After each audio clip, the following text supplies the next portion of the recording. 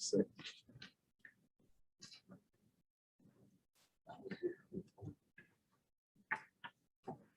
Good evening, everyone, and welcome to the Contra Costa Public Safety Candidates Forum, where we will hear from candidates for County District Attorney and Sheriff. I'm Gina Chanel Wilcox. I am the publisher of Embarcadero Media's East Bay Division, which includes DanvilleSanRamon.com. My co-moderator tonight is Jeremy Walsh, the division editor. And in addition to Danville San Ramon, the forum tonight is sponsored by the San Ramon, Danville area, Brentwood, Pleasant Hill, Walnut Creek, Lafayette, and Concord Chambers of Commerce, and Diablo Valley College. So thank everybody very much. We have two candidates competing for district attorney, incumbent Diana Beckton and challenger Mary Knox, and two candidates vying for sheriff, incumbent David Livingston and challenger Benjamin Terrio. The first part of tonight's forum will be for the DA candidates. Thank you to all of the community members who sent in questions, and there were quite a few. We won't be able to monitor chat for those of you who are on the Zoom. All of tonight's questions are variations of or prompted by questions sent in. The candidates were not given the questions prior to this event. We will start with a 3-minute opening statement so the candidates can tell us about their experience, priorities, and why they're running. The same question during the questioning period, we will ask the same question of each candidate, and they will have up to 2 minutes to answer.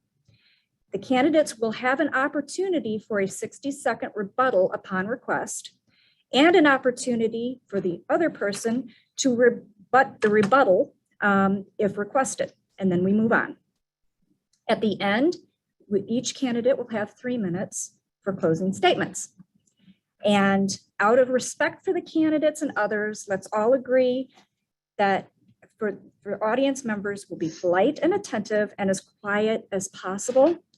No cheering, booing, distractions, or outbursts. Can you tell we've done this a couple times? So Ms. Beckton was the winner of the coin toss earlier, and she will give her opening statement first, and then we will proceed with the questions, and we will alternate who speaks first. So are you ready, Ms. Beckton? I am ready. Okay. Yes. Hi, I'm Dinah Beckton, your district attorney. 4 years ago, voters like you elected me with overwhelming support.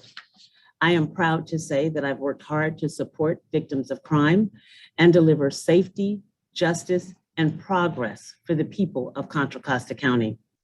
Few positions could prepare me to serve as your district attorney than having served as a judge for the Contra Costa Superior Court for over 22 years. I was elected presiding judge, and I presided and supervised the entire court, including judges, and a $54 million budget. This makes me uniquely suited to manage the work of the district attorney's office and its budget. As a judge, I handle complex criminal, civil, juvenile, consumer, and environmental cases. I was also elected as president of the National Association of Women Judges, the nation's leading voice for women in the judiciary. Currently, the governor has appointed me to 2 pivotal committees, the State of California Victims Compensation Board and the Judicial Selection Advisory Committee, vetting the next judges to serve Northern California. Since taking office, I got right to work, cleaning up a dysfunctional DA's office that used to make headlines for waste and fraud and abuse. I kept my promise to make real and lasting change and to transform the district attorney's office into one that works for everyone in Contra Costa County. Feeling safe in our homes and our communities is what we all deserve. I work to support victims and focus resources on violent crime while holding those who commit violent crimes accountable. Also, I understand the need to balance safety with the need to right-size the justice system. I am prioritizing safety for our communities while staying resolute in working to reduce mass incarceration's harm on Black and Brown communities and people of color, and to make sure the justice system reflects the members of its community. I charged felonies against those who were involved in organized retail theft rings. I co-lead the Safe Streets Task Force, focusing on those who are committing crimes using guns, gangs, and violence in our communities. I am combating hate crime with a special unit in our office that is comprised of attorneys with specialized experience with those cases. I established the DA office's first human trafficking unit to stop the exploitation for sex and labor and dismiss thousands of old marijuana convictions. I was awarded $1 million to establish a juvenile diversion program, and I'm making sure people with substance abuse and mental health issues can get into treatment. I can't wait to share with you the amazing work that we're doing for the people of Contra Costa County. Thank you. Ms. Knox. Thank you. And thank you so much to the Chambers of Commerce for this opportunity to speak with the public tonight about this critically important issue of public safety. As your DA of Contra Costa County, I will do what I have done for the past 37 years. I will prosecute those who choose to commit crimes. I will hold them accountable. I will protect the rights of crime victims, and I will act ethically and with integrity. I was born and raised in Contra Costa County in a time when during the summers we hopped on our bikes and played in the walnut orchards and rode off to the Lollipop Palace, and our only rule was to be home by the time the street lights came on.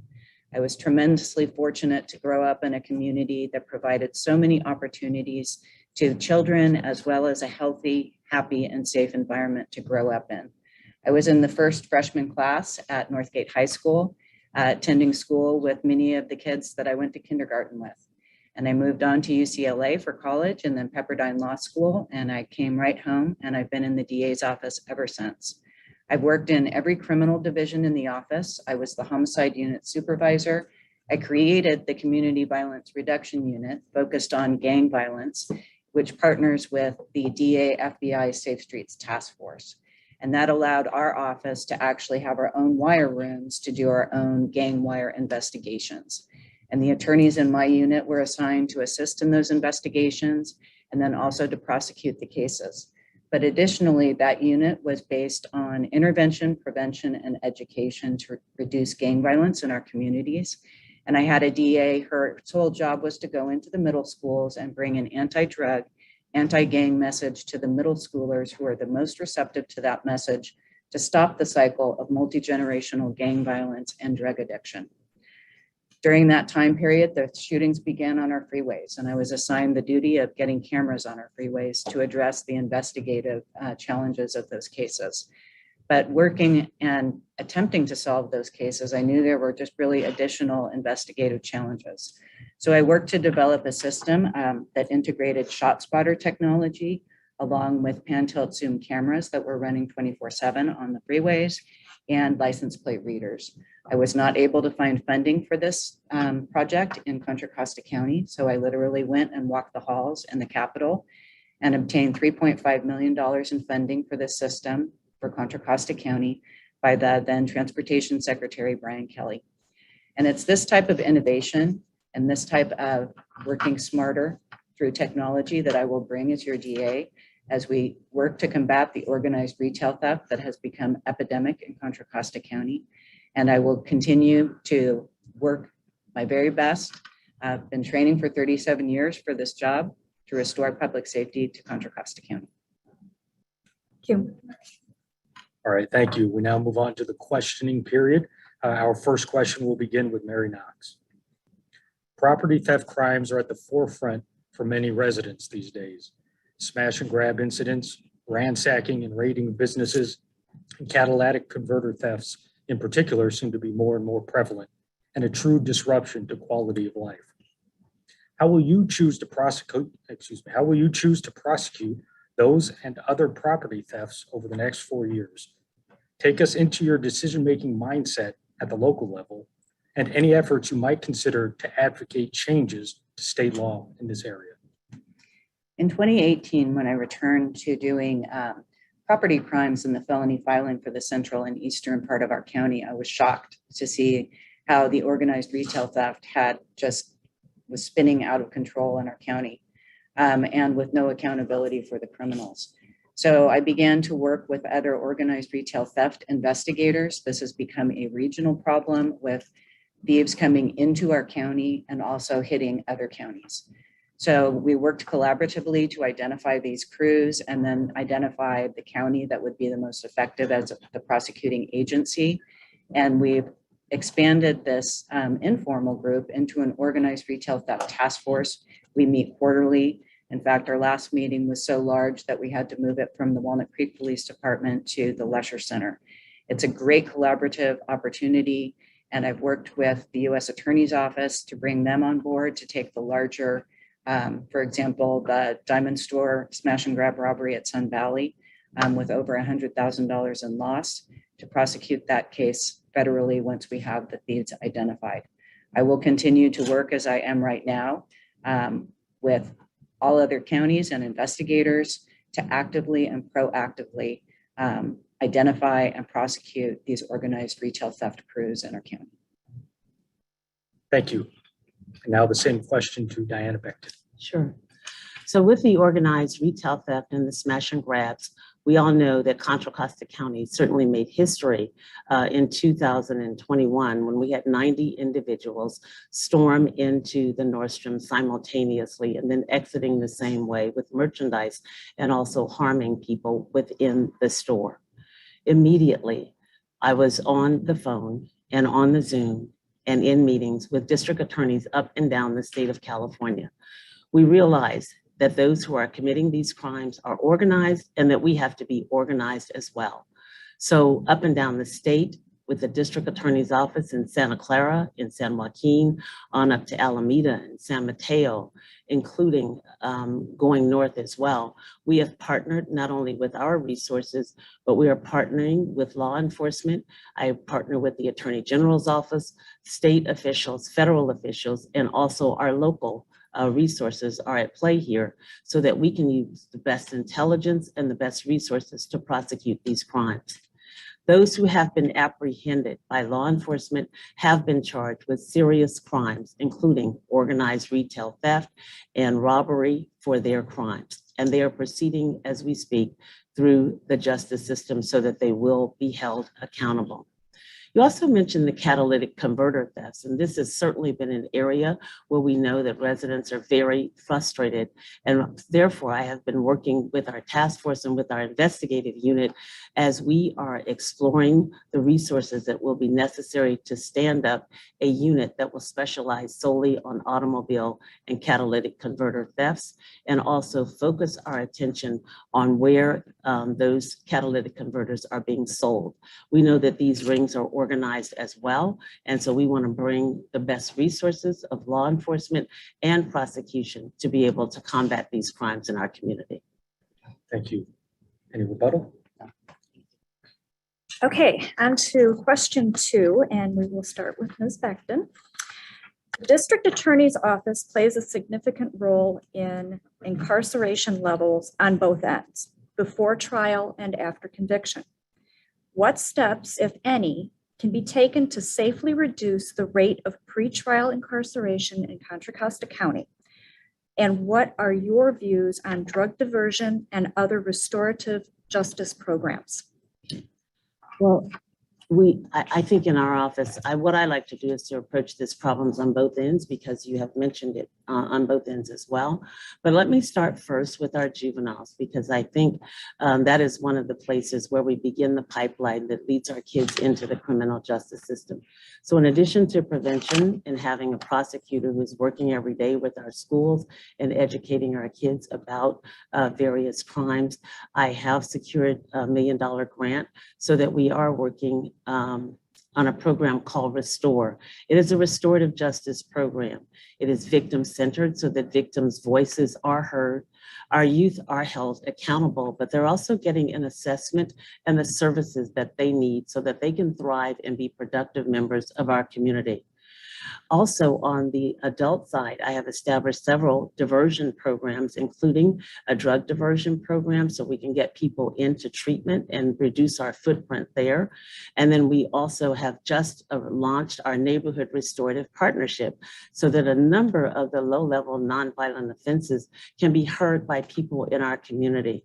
A good example of that would be, for example, if someone were to paint graffiti on the side of this building, members of this community who've been trained in restorative justice practices by our office and our educators in that area will sit in panels of 3. They will decide what would make the college whole. Of course, you'd want your building to be repainted, and also make a decision about what would hold the offender accountable. So I have centered my work on reducing our footprint in terms of bringing people into this criminal justice system. And I have diversion programs at work, not only to assist our youth and to also assist our adults so that we don't bring them into the criminal justice system, but we're also holding people accountable for their crimes.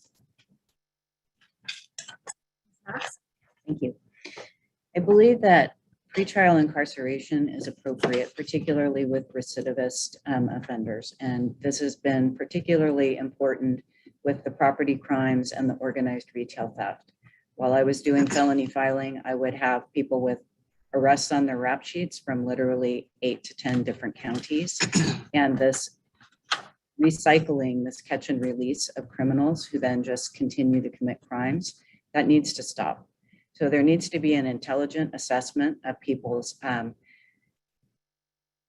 ability to reoffend, their criminal history, and also an assessment of the numbers of cases they have pending throughout Northern California. And there needs to be intelligent pretrial incarceration, as well as accountability. And sometimes that includes jail time and prison time to make an impression on recidivist offenders. So that absolutely needs to be part of a district attorney's office responsibility to keep our public safe. With regard to diversion, diversion is actually a legal term that has a definition in the penal code. And it refers to the situation where someone is diverted after people are charged with a crime, because our legislature recognizes that there are some crimes and some addictions that 100% there has to be oversight and accountability in order to keep people, for example, in drug treatment.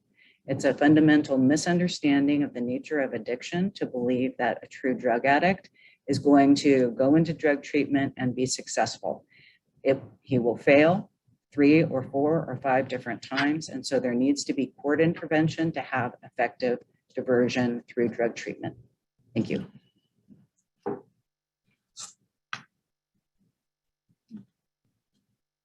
All right, question 3, we will begin with Mary Knox. The 2 fatal shootings involving now former Sheriff's Deputy Andrew Hall in Danville have received a lot of attention, certainly in our coverage area. While we understand the second case remains under investigation, the first obviously led to criminal charges and a conviction by a jury. What has been learned from those incidents and their outcomes? Do you feel enough is being done to hold officers accountable for excessive use of force or misconduct? What, if any, changes can be made? Thank you. I'm actually on our law enforcement fatal incident review team. So I'm on call for 2 weeks at a time, and I go out on these fatal incidents. And I do that because I think it's really essential that the public, as well as all of the involved parties, have a transparent and fair investigation of these incidents. And I was not involved in the investigation regarding the first shooting involving Officer Hall. I was not the assigned prosecutor, so it would be irresponsible of me to comment on that filing. But I do know that the extensive delay in the filing of charges prohibited the public and all the involved parties from having decisions made at a point in time that were effective. And also it denied all of these parties the opportunity to have transparency. And so if there is going to be, these investigations have to be done swiftly and they have to be transparent. And the use of our coroner's inquest allows the public to have access to the information in a timely fashion, since those inquests are open to the public. So that's a tradition of the Contra Costa DA's office that will continue when I am the DA. But we also have to have trained attorneys and trained investigators participating in these investigations, which I intend to do. Thank you. Thank you. Same question, Diana Becton. Sure. So We've actually done a tremendous amount of work, and I would say a 360-degree turnaround in the district attorney's office to investigate these cases. We have a protocol in Contra Costa County that all of the law enforcement agencies have signed on to, which requires the district attorney's office, when there's an officer involved shooting, especially those resulting in fatalities, to investigate those cases. We are doing a co-investigations along with the agencies, but we are coming to our own independent conclusions with respect to criminality. When I came into this work, the first thing that I did was announce a new policy that was back in 2018, that our investigations would be transparent, so that I promised to file in every single case, which was never done before, a public report so that the public can review our decision-making. Those reports, by the way, are found on our website, and they are now up to date. In addition to that, we had an old process that had been in place for over 20 years, where we really had one person who was responsible for going out, one person who was a lawyer in our office going out to lead the investigative team. I have taken the opportunity and the time to completely revamp that process. I now have a team of law enforcement officers in my office, led by a lieutenant, that is called to the scene. I have also established, as part of our new process, a team of attorneys, as you've heard mentioned, that will also be on 24 hours call, and they go out to investigate. We did hold Officer Hall accountable. The charges were filed, and when those charges were filed, a jury determined that this officer was guilty, and a judge sentenced to prison. Despite not wanting to take an opinion here, my opponent has taken a public position to say, even though this person has been convicted by a jury, that she would not have filed the charges in this case. Any rebuttal? Yes, thank you. I have never taken a public stance on the charging of Officer Hall. Dan Bornstein asked me throughout an endorsement interview, Ms. Becton was present on the Zoom, whether or not I could express an opinion about the filing of the charges. And I repeatedly told Mr. Bornstein that no, I could not, because I was not involved in the investigation, nor was I the prosecutor. So it would be irresponsible of me to express an opinion since I did not know all the facts. Mr. Bornstein then asked me, based on the facts that you do know, what would you have done? And I said, based on the fact that I do know that all 9 shots were fired within 2 seconds, that I question whether or not it would be even physically possible for Officer Hall to take his finger off the trigger.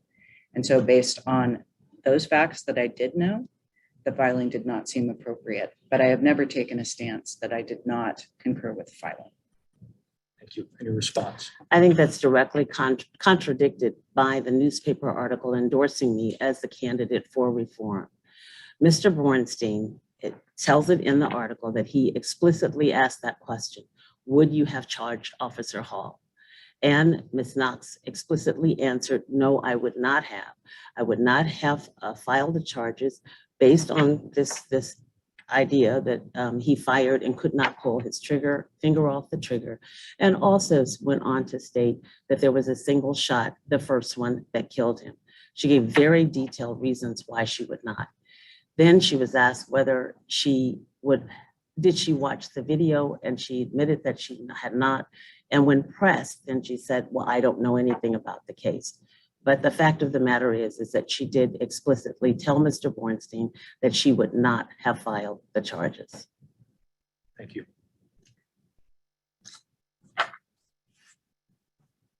As I said earlier, then we move on, but you'll have 3 minutes for closing statements. Okay, this question 4 is, we're going to start with Ms. Becton. We've had a number of questions from residents asking about specific decisions by the DA's office in the last 4 years, whether it's a case with a controversial plea bargain or a choice not to pursue criminal charges. Rather than cherry pick a specific case, although you are certainly welcome to highlight an example, can you walk us through your mindset when you make those often difficult decisions, either in the past or going forward? what key factors are at play when contemplating a plea deal or charging decision in a high-profile case? And how involved is the district attorney in that process? Wow. Well, this is an interesting question because I think, first of all, every case is different. And we have several different units within the district attorney's office that are headed up by capable supervisors.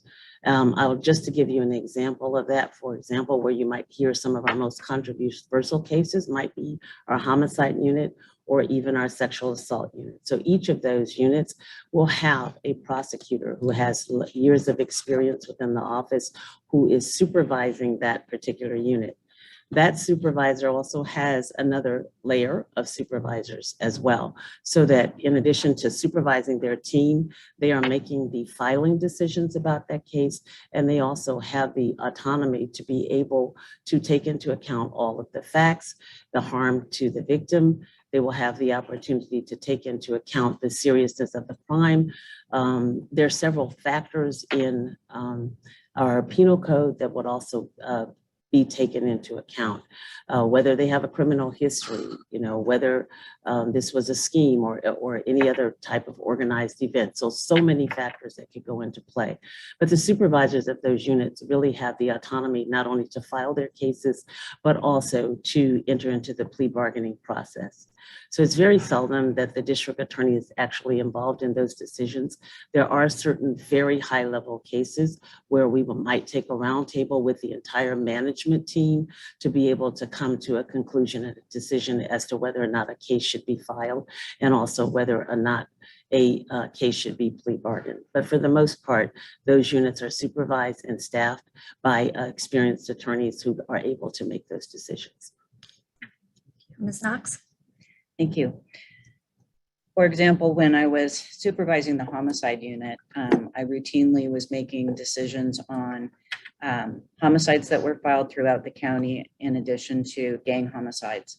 But I routinely spoke with the then DA, Mark Peterson, and with prior DAs about high profile cases and the filing considerations and discussed those filing considerations with the DA. Not in a hands-off approach, but the DAs that I worked under previously were very hands-on and involved in the inner workings of our office, particularly in cases that involved significant public safety or high-profile issues. For example, when frankly, the massacre in the Airbnb in Orinda in 2019 on Halloween night, where 5 people were murdered, and there was such terror in that house that people were literally jumping off second-story balconies, breaking legs on their way down. That case was brought in for filing by the sheriff's office, who assisted the Orinda Police Department in that investigation. It was all very gang involved, involving gangs from Richmond, Oakland, and San Francisco. That house was loaded full of video cameras, and so all of this was organized on social media, attracting people to that party. And that case was presented for filing by the sheriff's office, and the current DA decided not to file on the bloodiest massacre in Contra Costa's history.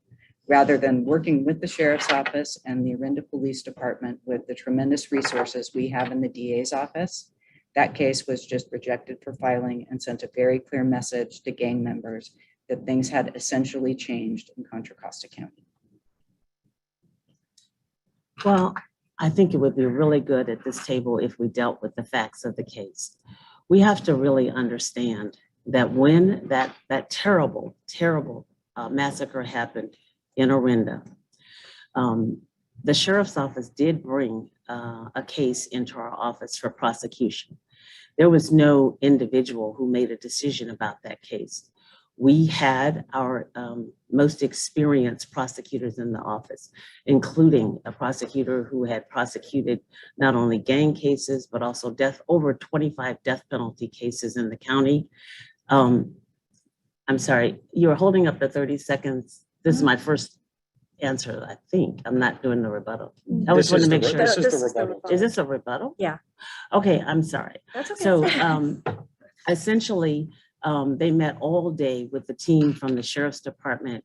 The Sheriff's Department even admitted they did not have enough evidence to be able to charge those individuals with the horrendous crimes that were committed that night.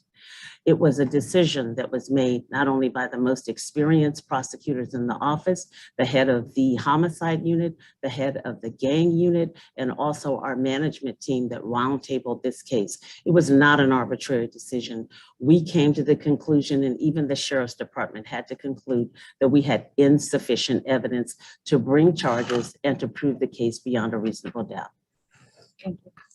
A rebuttal of the rebuttal? No, thank you. Great, we'll move on to question number 5, and let's delve deeper into a topic that was touched on a little bit earlier, beginning with Mary Knox. What policies do you support to ensure fair and unbiased use of prosecutorial discretion in juvenile cases, not only in the areas of diversion programs and youth incarceration, but also when your office would decide whether to charge a minor in adult court? Certainly. Juvenile court is very unique. It's very different than adult court. So the juvenile probation department has a tremendous amount of influence on the cases that, for example, cases come to juvenile probation at the very beginning of the process, and juvenile probation frequently diverts children out of the criminal justice system into social service programs, into diversion programs. And it's frankly an unusual case that a case is actually referred to the DA's office for filing charges. And once the charges are filed, then the decision to detain a minor, meaning in juvenile hall, that is made by recommendations through juvenile probation. They have psychologists and social service workers that write a detention report that makes a recommendation to the juvenile judge about whether or not a minor is detained with the criminal charges filing.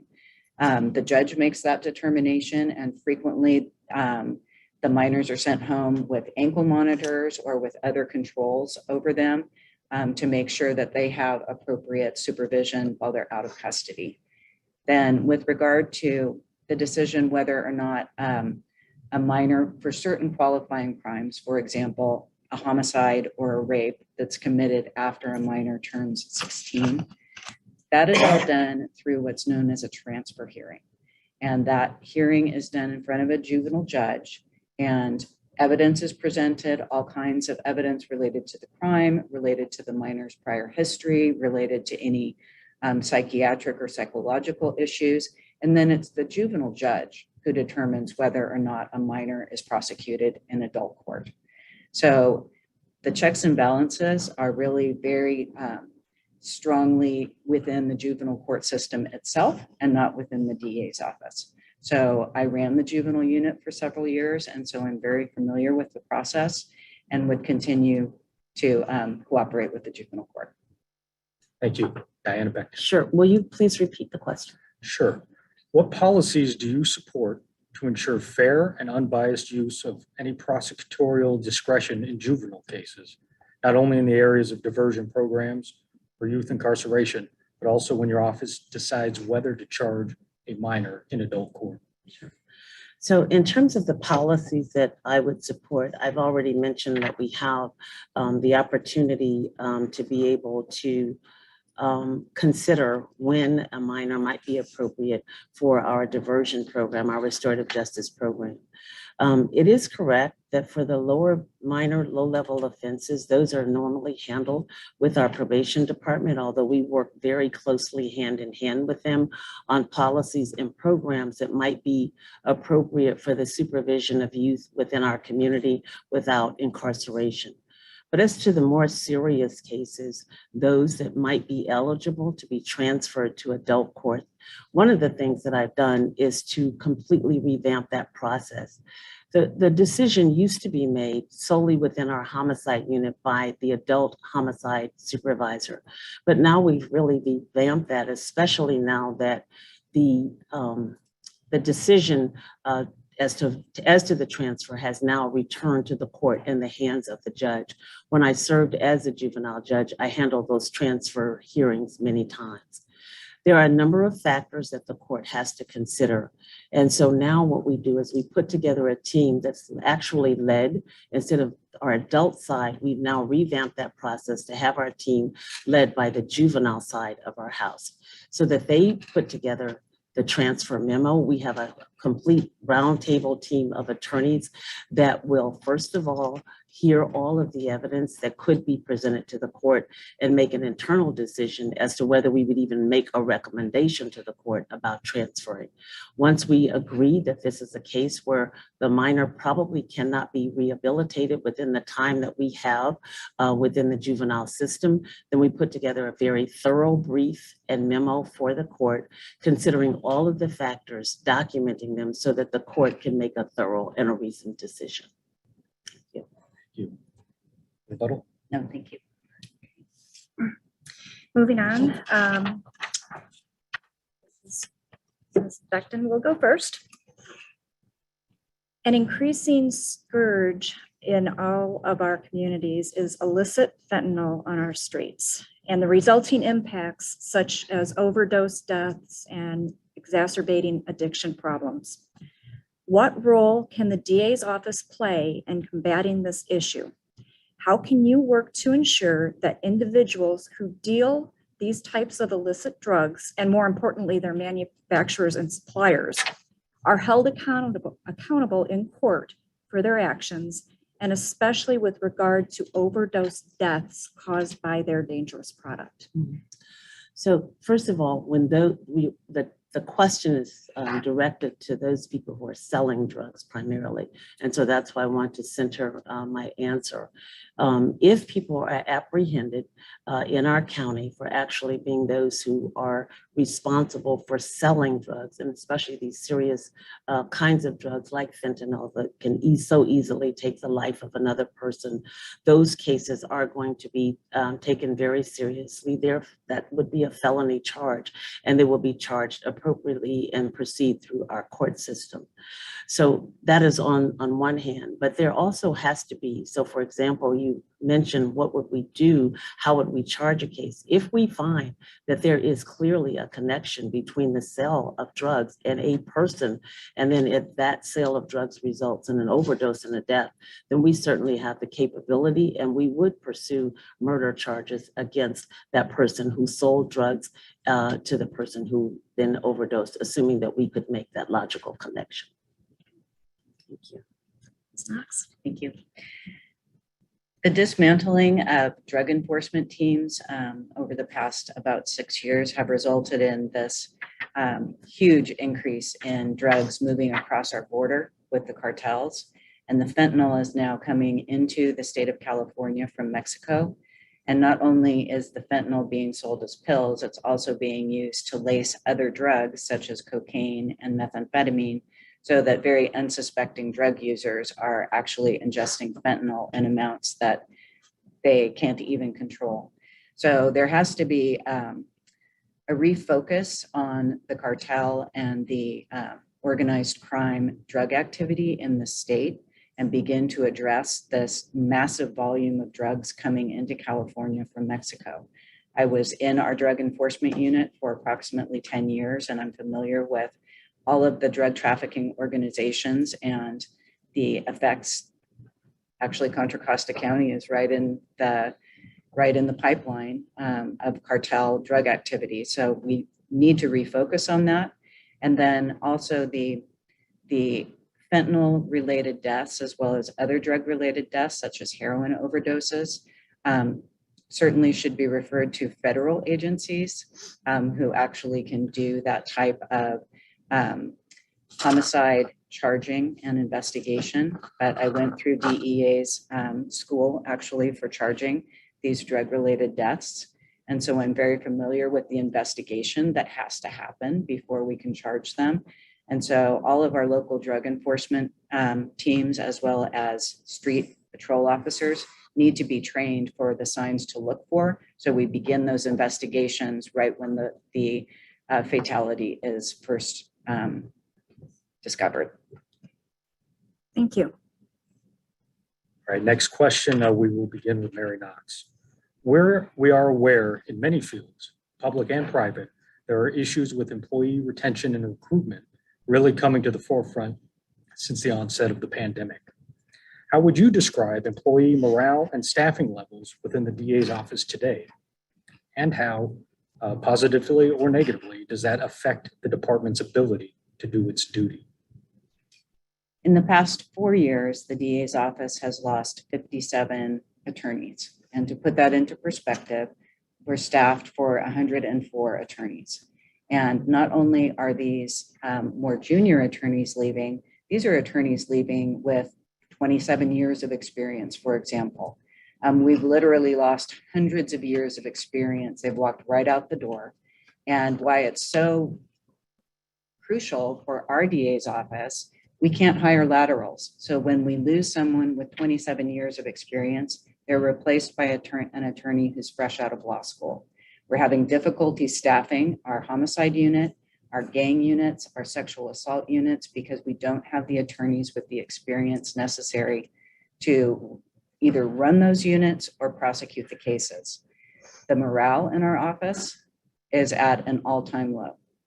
And that all needs to turn around. We need to have people actually training and mentoring our new attorneys so that they are equipped to go to court and prosecute cases. We need to return to the training that we used to do when I was in charge of training and new prosecutor training, to allow our attorneys to start layering their experience while they're moving through units and gaining more experience. All of that is crucial to what built the Contra Costa DA's office into, quite frankly, the gold standard of prosecutors' offices in the state of California. And I intend as DA to reinstitute all of those training programs and hopefully, with the permission of the Board of Supervisors, have a one-time exemption to return our experienced DAs to the office. Thank you, Diana Beckton. Thank you. This is another area that we explored in depth with Dan Bornstein, and actually we've had articles written in the Chronicle as well, because it's really not accurate that we have droves of attorneys leaving the office. We have the capability for 105 attorneys in our office, and then we are at or near capacity with the number of attorneys we have. But more importantly, I actually had the data that I was able to turn over to the East Bay Times to show that the attrition in our office has not changed over the last 5, 6, 7 years. It has been the same well before I arrived, and it is about the same now. People retire. Some people get into this work and they find out it isn't the best suited job for them. And so they might move on to other positions. But the attrition rate over the years have remained exactly the same. The same number of people are retiring, the same number of people are moving on. So that part of the answer is really needs to be explored, and we have the data to prove that. In addition to that, once I came on board, I met with a number of our attorneys, and one of the things that they were concerned about was the training that they were receiving as new prosecutors in our office. That training, by the way, was the training that was previously supervised by my opponent. We revamped it with all of the suggestions from those attorneys, especially those who had recently gone through the program. So now we have a week-long training. We got what they asked for, which was more hands-on experience with using our computers and taking a live case from start to finish, knowing how to file it, practicing their opening statements and their closing statements, and going through what it takes to put a case on in the courtroom, in addition to hearing from experienced attorneys in our office to hear what their experience could bring to the table. We also have a mentorship program in Contra Costa County DA's office so that we have older attorneys who are mentoring those who are younger. Thank you. Thank you. Any response? Yes, thank you. Actually, the training that Ms. Beckton just referred to is the training that I put in place. It was a week-long training that literally started from the filing through the closing statements in criminal prosecution. That training was done by experienced attorneys. We have some in the audience here tonight that brought their experience, 20, 30 years of experience, to these younger attorneys to give them the skills that they needed and to start the conversation between the more experienced attorneys and the brand new to our office attorneys to begin to build those relationships. So actually, that is the program I put in place. Thank you. Any final response? That is correct. She did start the training, but what I'm trying to explain is that once we actually evaluated and we got feedback from the attorneys, what we found is that the training was not serving their needs. They felt that what was happening is that they were hearing a lot of war stories, if you will, from attorneys who had been there for a number of years, and they had very little practical experience that would let them hit the ground running on day one, coupled with the advice and experience from older attorneys in our office. And so that's what we have put in place now. They have the training and experience on day one to hit the ground running, and they also get mentored and the advice from senior attorneys in our office. It's a complete package. Thank you. Okay, that marks the end of our questioning period. Each candidate will now have 3 minutes to provide closing comments, and we will start with Ms. Knox. Thank you so much.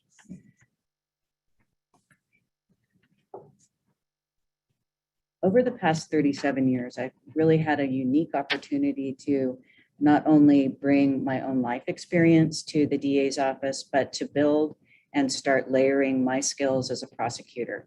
And it's with that unique experience in literally every unit in the office. I know how to use the computer system and file charges. And frankly, I just finished a homicide trial 3 weeks ago. It was the 1980 kidnapping, rape, and murder of 14-year-old Suzanne Bombardier. And it was, I'm still in the courtroom every single day, so I know exactly what the attorneys in the office are facing every single day. And I can sit with the attorneys in court and discuss their cases with them. And being a prosecutor for 37 years allows me to understand their challenges, the challenges of victims, sitting with victims in court every day and talking about the impact, such as losing your child at 14 years of age, has on an entire family's history.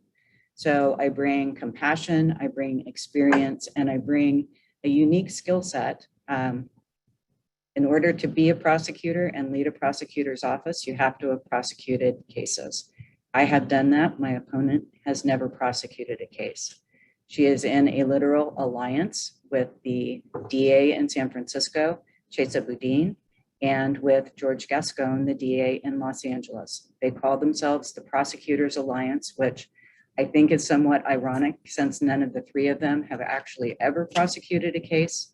And if there are any issues about or questions about what 4 more years under Ms. Becton's administration will look like for Contra Costa County, all you have to do is look at the blight and the lawlessness in San Francisco and Los Angeles from her Prosecutors Alliance partners, her pals, and their policies to see what lies ahead for Contra Costa County. I am honored to be endorsed by every law enforcement agency in this county. They work with me. I've even worked with some of their fathers and their mothers. There are comments from law enforcement throughout this county and retired on my website under my endorsements about their experiences working with me as a prosecutor and their recommendations that I will bring the necessary change to restore public safety to Contra Costa County. And I will work tirelessly as I've done for 37 years. I've been in training for this job for 37 years. And I will work tirelessly to restore public safety to Contra Costa County and prosperity to our businesses. When I was sworn in 4 years ago, I made a promise to do things differently. And together, we have built change that can last for Contra Costa County. We have so much more work to do. My endorsements are impressive. I have been endorsed by all of our congressmen, DeSaulnier, Swalwell, Thompson, and McNerney, our state leaders like Fiona Ma, Tony Thurmond, Betty Yee, and justice leaders. I've been endorsed by our state legislators, Rebecca Bauer-Kahan, Senator Nancy Skinner, Buffy Wicks, and Mia Bonta, our county leaders like John Joya, federal governor, and Nancy Skinner. I've also been endorsed by several mayors and council members. Educational leaders endorse me, environmental leaders endorse me, and transportation leaders endorse me. Major organizations, the Carpenters Union, AFL-CIO, Labor, Lift Up Contra Costa, Democracy for America, and I am the East Bay Times endorsed candidate for reform and for change. Today, I sit here as the first African-American woman to serve in the district attorney's office in its 167-year history, and the only African-American judge, district attorney in Contra in California. I lead a staff of 225, which includes attorneys, investigators, victim witness, and support staff. I oversee a budget of over $50 million. And by the way, I am an attorney. I had a private practice that was quite successful, and I've taken many cases to trial. Because of my training as a judge, though, I also understand the power of the office and its impact on our lives and our communities. Feeling safe, that's what we all deserve. It's what we all want. And I will continue working to support victims, focusing our resources on violent crime and holding those who commit crime accountable. At the same time, I will balance safety with the need to right-size our justice system. I will stay resolute in working to reduce mass incarceration's harm on communities of color and making sure that our system reflects the members of this community. I am running for re-election to continue the important work of keeping our communities safe and making our system fair for everyone. I'm building change that can last. I hope that I have your support. This election is not about the old failed policies of the past. And by the way, you might notice that I did not mention that I have large support from law enforcement unions. And I'm talking about the dollars, the $170,000 that they just dumped into her campaign. That's because even though we work closely with law enforcement every day, we also have to hold them accountable. I don't take union money because when we are prosecuting law enforcement, we also, they are also paying the defense, and I consider that a conflict of interest. Thank you. Thank you both very much for participating in the forum and letting people hear directly from you. We will return at 7 o'clock with the candidates for county sheriff and coroner. Thank you. Thank you so much.